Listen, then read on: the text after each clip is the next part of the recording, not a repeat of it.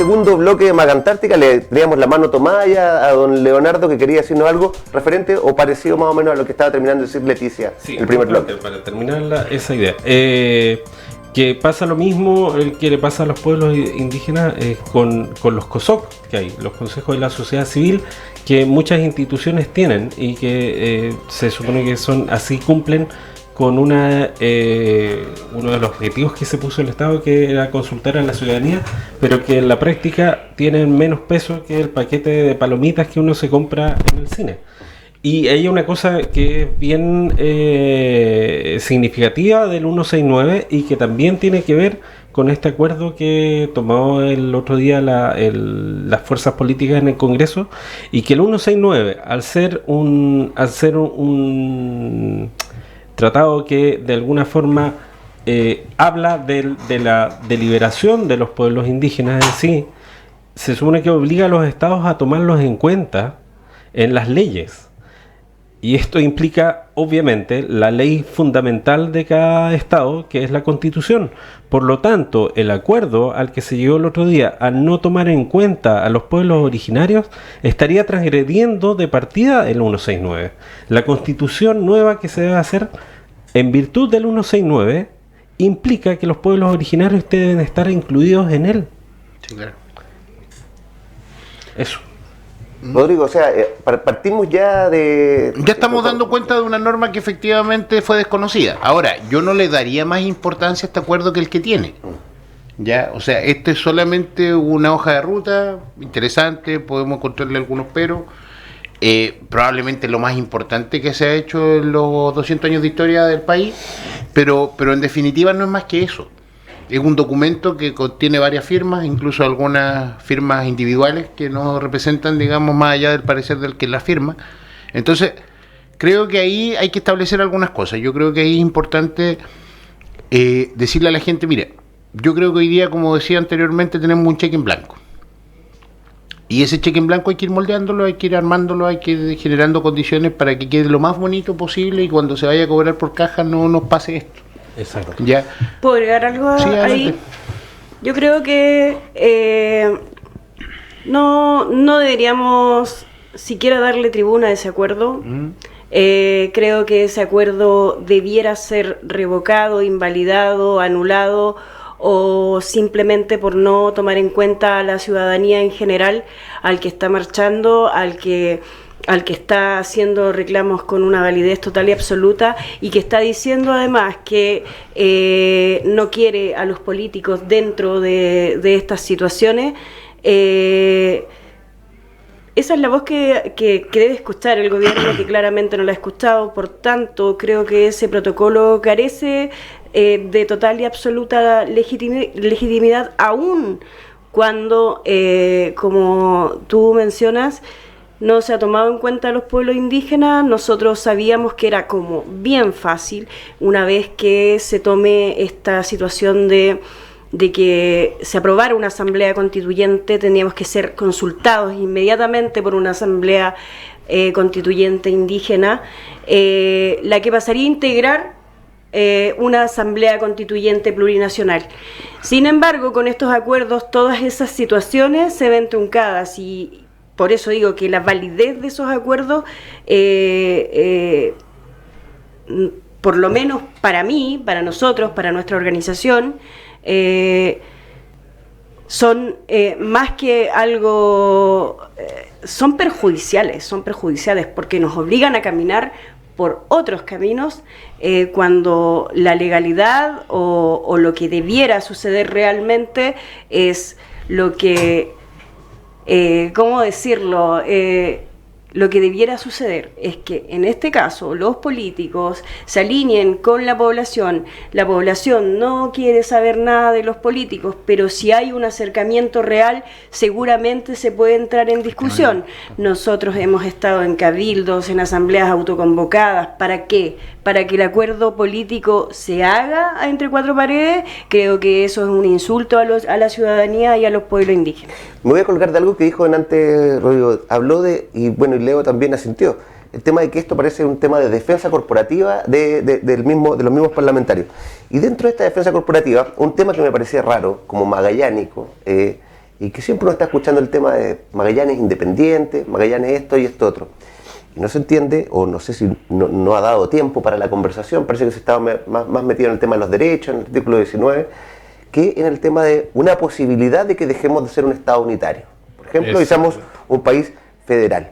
Ayer, después de una larga conversación que tuvimos en la tarde con Leo, empecé a revisar los distintos sistemas federales del mundo y saqué un par de conclusiones de lo que conversaban todos, desde Argentina, desde México, Alemania, Estados Unidos, todos con distintas posiciones, pero principalmente decían, el federalismo es unidad y diversidad, es democracia constitucional, es ideal cuando hay dispersión de territorio, diversidad territorial política y económica, arenas políticas locales propias con dinámicas diferentes, y el potencial es fortalecer la democracia, fomentar la participación y la rendición de cuentas, incrementar la eficacia del diseño e implementación de las políticas públicas y un potencial para el control vertical del poder. Pareciera ser que en este momento que estamos viviendo coyuntural, la solución está por ahí. Es un experimento que vale la pena, por lo menos, estudiar, analizar y ver. Dejo abierto el micrófono para que ustedes me digan sus posiciones personales también con respecto a esto. Quisiera empezar tomando la palabra porque, bueno, yo siempre he sido partidario del federalismo. Creo que a lo mejor uno siendo magallánico es más cercano a la idea del federalismo porque nosotros tenemos la experiencia cercana, palpable, que no es más fácil ir a Argentina que a Chile, por lo tanto vemos las ventajas del federalismo en las provincias de Santa Cruz y en la de Tierra del Fuego. Vemos cómo han crecido esas provincias con respecto a nuestra región que tiene una estructura unitaria centralista. Por lo tanto, es como natural. Además, se da que Magallanes en sí ha tenido un movimiento regionalista fuerte prácticamente desde sus inicios y que nosotros somos una isla, aunque sea continental. Pero hay que hacer un recorrido histórico. Esto no es una idea nueva en Chile. Carrera ya había hecho el intento de Azunada en 1809, antes de la Junta de Gobierno de 1910, y en 1812 también propuso un Estado federal para Chile que al venirse la Reconquista fue desarmado, pero para allá iba Carrera. Y luego tuvimos el intento federal de 1826, 1828, no sé si me corrige. Sí, Rodrigo. 1826. 1826, bueno, ahí teníamos Sangre de Fuego. Sí, teníamos ahí de presidente a Blanco Encalada, que era argentino por lo demás. Pero en esos años, que fueras chileno, argentino, peruano, daba lo mismo para en general los países de América. Y efectivamente ese intento federal es desarmado y ahí también viene por la lógica de Santiago versus las provincias. Yo creo que el gran problema que se sigue reproduciendo hasta hoy, el problema que tenemos hoy no es de hace 30 años atrás, no es de la Constitución de 1980, no es ni siquiera del golpe militar del 73, es un problema estructural de Chile desde el nacimiento, por cuanto la República chilena lo que hace al establecer la primera Constitución, que domina por largo tiempo, que es la de 1831, 33, perdón. Como bien decía un amigo, el problema es que no es que Chile haya sido una democracia, Chile siempre ha sido una oligarquía, y ha sido la oligarquía político-económica la que ha impuesto... De Santiago. Desde Santiago, además, porque hay que recordar que hubo una pugna al principio entre Concepción y Santiago en el nacimiento de la República, desde Santiago para aplastar al resto del país y tenerlo bajo su control.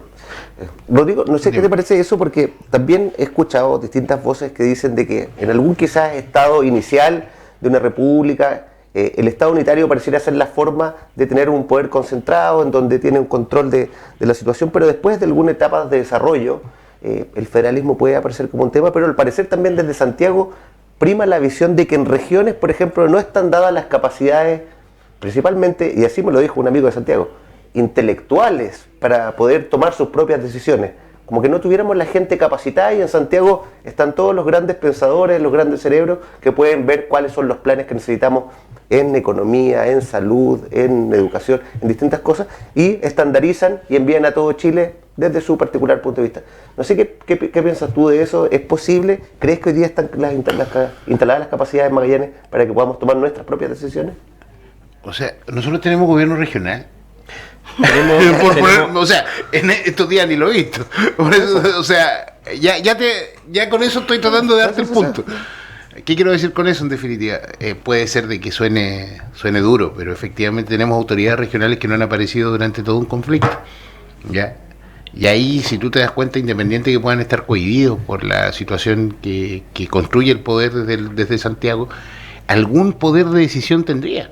Pero esa es la consulta. ¿Tienen algún poder de decisión hoy día? Que más allá, a ver, mira, intendente, los gobernadores. Yo fui parte una vez de un gabinete y recuerdo que hubo un movimiento a nivel nacional de gendarmes.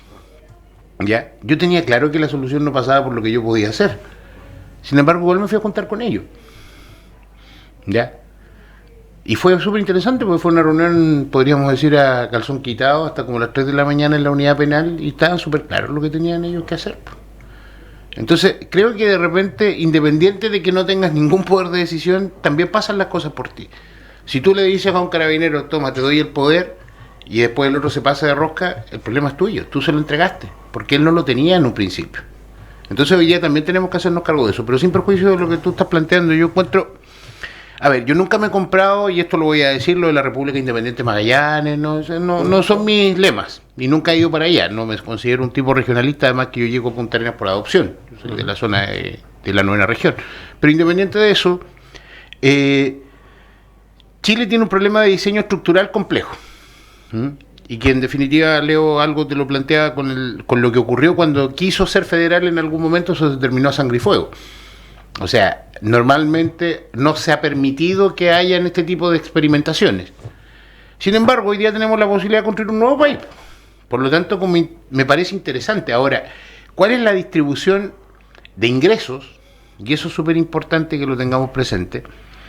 Y te lo voy a plantear en un organismo que conozco, un organismo público que tiene una división, podríamos decir, territorial muy interesante, que es la Corporación de Asistencia Judicial. La Corporación de Asistencia Judicial tiene 4 corporaciones a nivel nacional. ¿Ya? La de Tarapacá, que contempla la primera y la segunda región, la de Valparaíso, que contempla las siguientes, la de la región metropolitana y la del Biobío. La región metropolitana contempla la región metropolitana, la sexta, la séptima y Magallanes. ¿Ya? Y la del Biobío, todo el resto de las regiones del sur. O sea que esa dispersión geográfica no la vamos a utilizar, si no estaríamos con Santiago. Claro. Entonces, ¿pero por qué lo hace? Porque el año 1982, cuando se crean estas corporaciones, que son los continuadores legales de los antiguos colegios de abogados, ya las comunicaciones de Punta Arenas eran mucho más fáciles con Santiago que con Concepción. Porque de hecho Concepción nunca ha tenido una escala permanente desde Punta Arenas, nunca han habido vuelos directos incluso. Hubo. O sea, pero poco tiempo, no ha sido una ruta que se haya explotado mucho y ni mucho menos. Entonces, en ese momento efectivamente se dejó así, y después cuando ya mejoraron simplemente se quedó así por un tema histórico. Entonces, aquí voy yo, que cuando uno ve, por ejemplo, con los recursos que funciona la Corporación de Asistencia Judicial de Tarapacá, donde están las mineras y donde ellos aportan, porque es una corporación, es diametralmente opuesto a las migajas que recibe Magallanes. Porque obviamente cuando Santiago tiene que distribuir, no distribuye para acá, distribuye directamente, con suerte, hasta la séptima región. Y la gran mayoría se lo lleva a todos ellos, que tampoco está en muy buenas condiciones. Entonces ahí tú te das cuenta efectivamente que hay un tema más que de federalismo en sí, hay una situación de escasez de recursos, o dónde se ponen los recursos. Entonces hoy día cuando uno hace la comparación con, por ejemplo, la provincia de Tierra del Fuego, la provincia de Santa Cruz con Argentina, ahí te das cuenta de que hay una destinación de recursos locales para determinadas situaciones. Y Chile nunca ha estado disponible a eso. Pero tengo la consulta siguiente, y pasándole después la palabra a Leticia.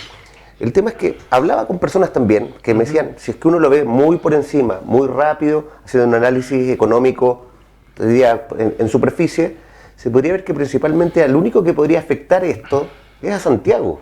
Las regiones con sus propios recursos andarían bastante bien. Santiago sería uno de los que principalmente sería afectado. Entonces la pregunta principal es, ¿de qué forma cómo tendría que armarse Santiago para poder sobrevivir al chaparrón, por decirlo en buen chileno. O sea, el federalismo contempla autoridades federales y federadas. ¿Ya? Por lo tanto, nosotros acá tendríamos que tener nuestro propio poder judicial, tendríamos que tener nuestras propias normas, tendríamos que tener un montón de situaciones. Entonces, el modelo regionalista, que es el que ocupa Pinochet, ¿ya? Que lo desarrollan los decretos leyes del año 74, donde establece el proceso de regionalización, que al final nunca llegó a ninguna parte, era muy parecido a lo que hoy día podrían ser las comunidades autonómicas en España. ¿Ya? Sin embargo, las comunidades autonómicas también uno tiene que tener presente que estamos hablando de naciones que están bajo el alero de una corona que en definitiva la junta, pero los catalanes no se consideran españoles desde la perspectiva práctica, es como lo que pasa con el pueblo mapuche.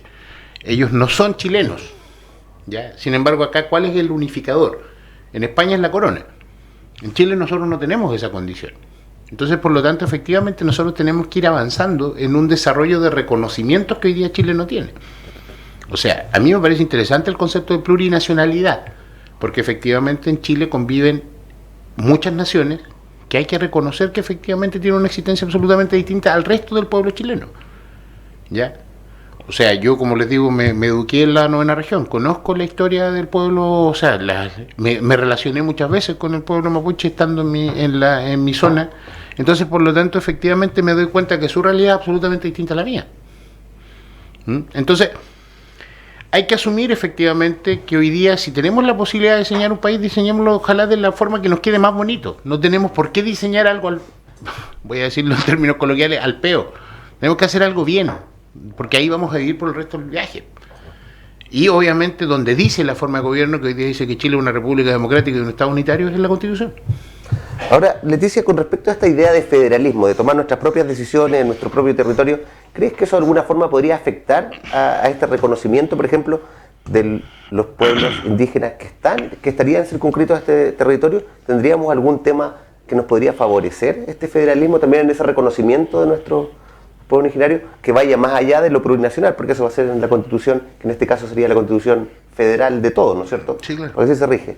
¿Crees tú que podría haber algún tema ahí particular? ¿Les interesa? ¿Lo han visto? ¿Lo han comentado? No hemos hablado nada de federalismo, la verdad, pero creo que eso se acerca un poco a lo que tiene que ver con el reconocimiento de los pueblos, no federales, sino como reconocimiento de los pueblos. Que el Estado reconozca la preexistencia de los pueblos significa que reconoce su organización tradicional también y su territorio, y por ende en su conjunto estaríamos hablando en términos prácticos de algo así como una federación. No con el nombre quizás federación, pero creo que ambas corrientes podrían convivir, porque si se reconoce un Estado plurinacional, la preexistencia de los pueblos, esta corriente de pueblos originarios también tendría como las mismas o los mismos principios de una federación, por lo que entendí. Yo no sé nada yo no tengo idea de federalismo, pero al escucharlo es como la misma demanda que tenemos los pueblos, pero dedicada en exclusivo a los pueblos indígenas, que ya están reconocidos como pueblos-naciones. No en esta Constitución, sino en algún tratado internacional. Entonces, creo que se acercaría y creo que podrían convivir.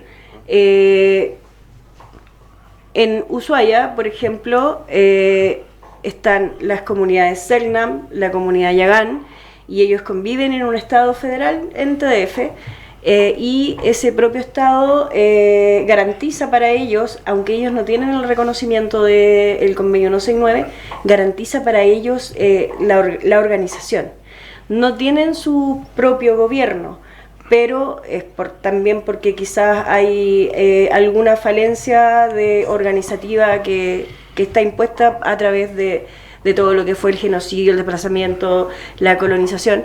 Pero ese gobierno federal garantiza el desarrollo de esas comunidades. Nosotros apostamos un poquito más porque quizás estamos más adelantados en esa perspectiva y apostamos a tener ese reconocimiento de la preexistencia con los territorios, y yo insisto, se parece mucho a lo que usted dice. es como igual, es igual. O sea, de hecho, si tú le abres la puerta al federalismo, le abres la puerta a dividir este Estado de Chile, dividirlo en el sentido de que efectivamente se reconozcan esas particularidades, porque el federalismo tiene ese sentido. O sea, a ver, yo tampoco creo que si Chile llegara a ser federal debería tener 2 estados, o 15 más. o 16, ya, o sea, Sí, debería... como macrozonas. Menos. O sea, efectivamente el concepto de macrozona en un momento también se estuvo desarrollando. Nosotros efectivamente por cantidad de habitantes no podríamos pensar en constituir un estado como tal. Obviamente por dimensiones y por características particulares del territorio sí, pero necesitamos más gente. Entonces, en ese aspecto yo ahí discutiría, porque si fuera por eso, Suiza no sería una claro, confederación. claro, o sea, pero... Estamos hablando, claro, territorialmente Suiza es más pequeño, pero Sí, en claro. población tampoco es tan grande. Estamos hablando Por eso, de pero- 10 millones de personas. Lo mismo pasa con Austria, lo mismo puedes ver incluso En Estados Unidos hay en diferencias. Canadá. Pero el Canadá, análisis no es ¿cuántos cualitativo, millones de el habitantes? análisis es, o sea, perdón, el análisis no es cuantitativo, es cualitativo. O sea, efectivamente hoy día en Chile, nosotros acá por último, antes cuando teníamos petróleo, podría haber tenido algún sentido un poquito más especial, porque teníamos una zona particular con condiciones particulares. Ya, por ejemplo, hoy día en Chile, ¿qué región podría tener una concesión especial a partir de recursos naturales? Sería Antofagasta. Claro. Segunda ¿Ya? región. Claro. Pero incluso si te pones a pensar eso, yo creo que efectivamente las regiones tal como están hoy delimitadas, sí cada una en gran medida pueden ser autosustentables. Y si no, una de las gracias que tiene el sistema federal es que el sistema federal hace un reparto, o sea, hay un presupuesto federal y cada estado o cada subdivisión aporta a la torta común que ayuda a los estados que están, a los miembros de la federación que están en desmedro. Entonces, también hay una subsidiariedad, ¿cómo se podría decir? Es una especie de Sí, solidaridad. es una solidaridad, pero Solidaridad es como el entre FNDR. miembros. O Claro. sea, el FNDR sale del presupuesto nacional. Obviamente le dicen, ya, yo te doy cierto grado de autonomía, invierte tú el FNDR. Pero también tenemos la posibilidad de invertir los sectoriales, los montos sectoriales, de acuerdo a como nosotros Exactamente. decidiéramos. Efectivamente. La gracia del federalismo es que permite que cada estado de la federación o cada región de la federación determine sus propios presupuestos de acuerdo a las necesidades locales y a los intereses locales más encima. Entonces podríamos tener nosotros un programa de estudio en educación. No tiene que ser necesariamente el mismo programa que se toma en Santiago. Las decisiones de qué se hace en salud también son independientes. Hay otra cosa más, por ejemplo, que yo creo que una de las grandes instituciones que hoy está siendo cuestionada es Carabineros de Chile. Si tuviéramos una república público, federal, claro. podemos Nuestra propia disolver Carabineros de Chile porque cada región o cada estado tiene su propia policía Federal. estatal, federal, y está la Y la policía federal. federal que podría seguir siendo la PDI. Sí. Consulta, vamos cerrando ya este segundo bloque, pasó mucho más rápido, pasó volando esto. Quiero hacerle una consulta. Si tuvieran que pedirle 2 cosas a la Constitución, Leticia, ¿qué le pedirías tú? Directo, 2 conceptos, 2 temas que te interesen a ti. Reconocimiento constitucional de la preexistencia de los pueblos y sus territorios. Eso sería, y el tema del plurinacional, ¿ese sería el reconocimiento? Lo que pasa es que creo que ese pequeño, esa pequeña solicitud engloba mucho. Si está reconocido los pueblos y su preexistencia, tiene que pasar a integrar una asamblea constituyente plurinacional. En pedir no hay engaño, así es que renuncie Piñera.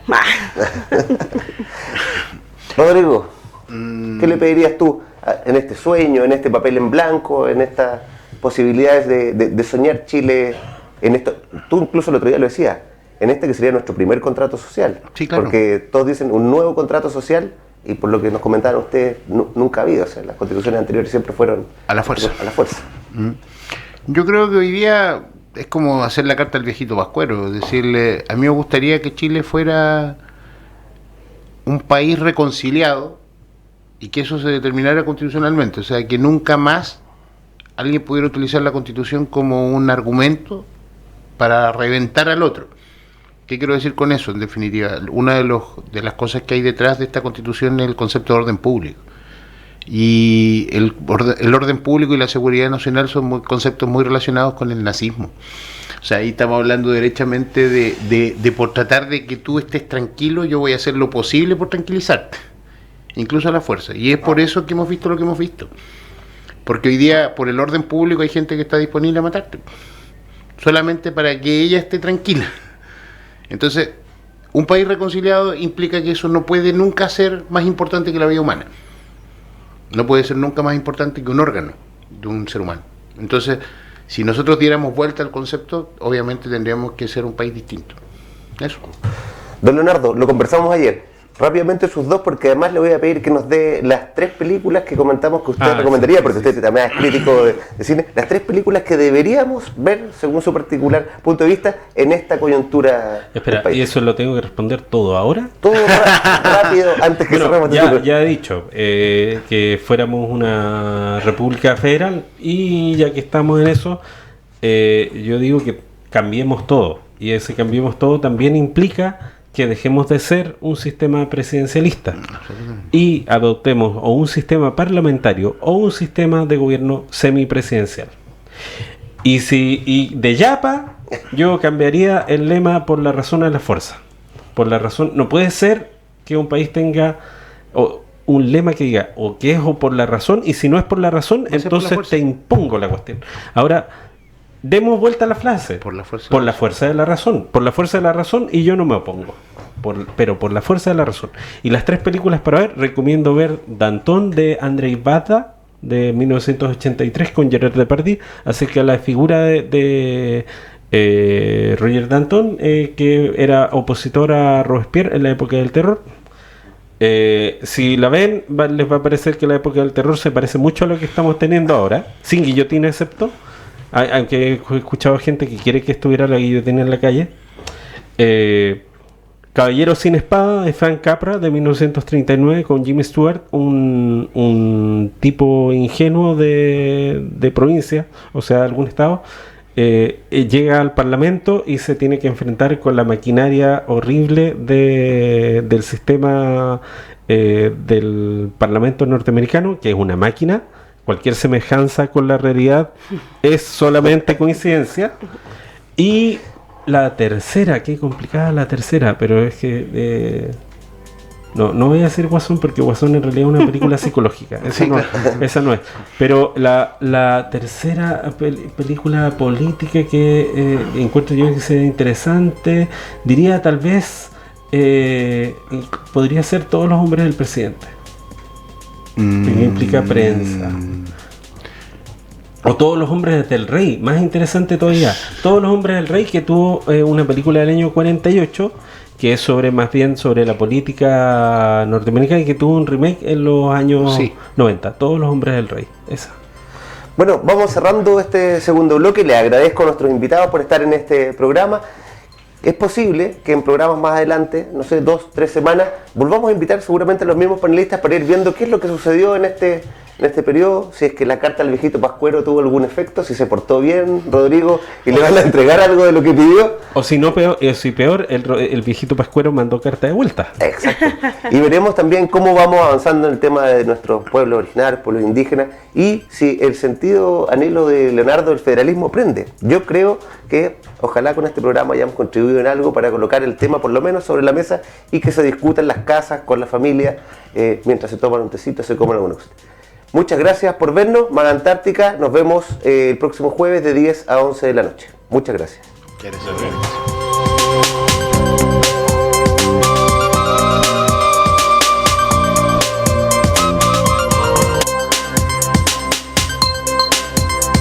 Polar Comunicaciones, radio, televisión e internet presentó Maga Antártica. Conduce el periodista Juan Pablo Martínez Paredes.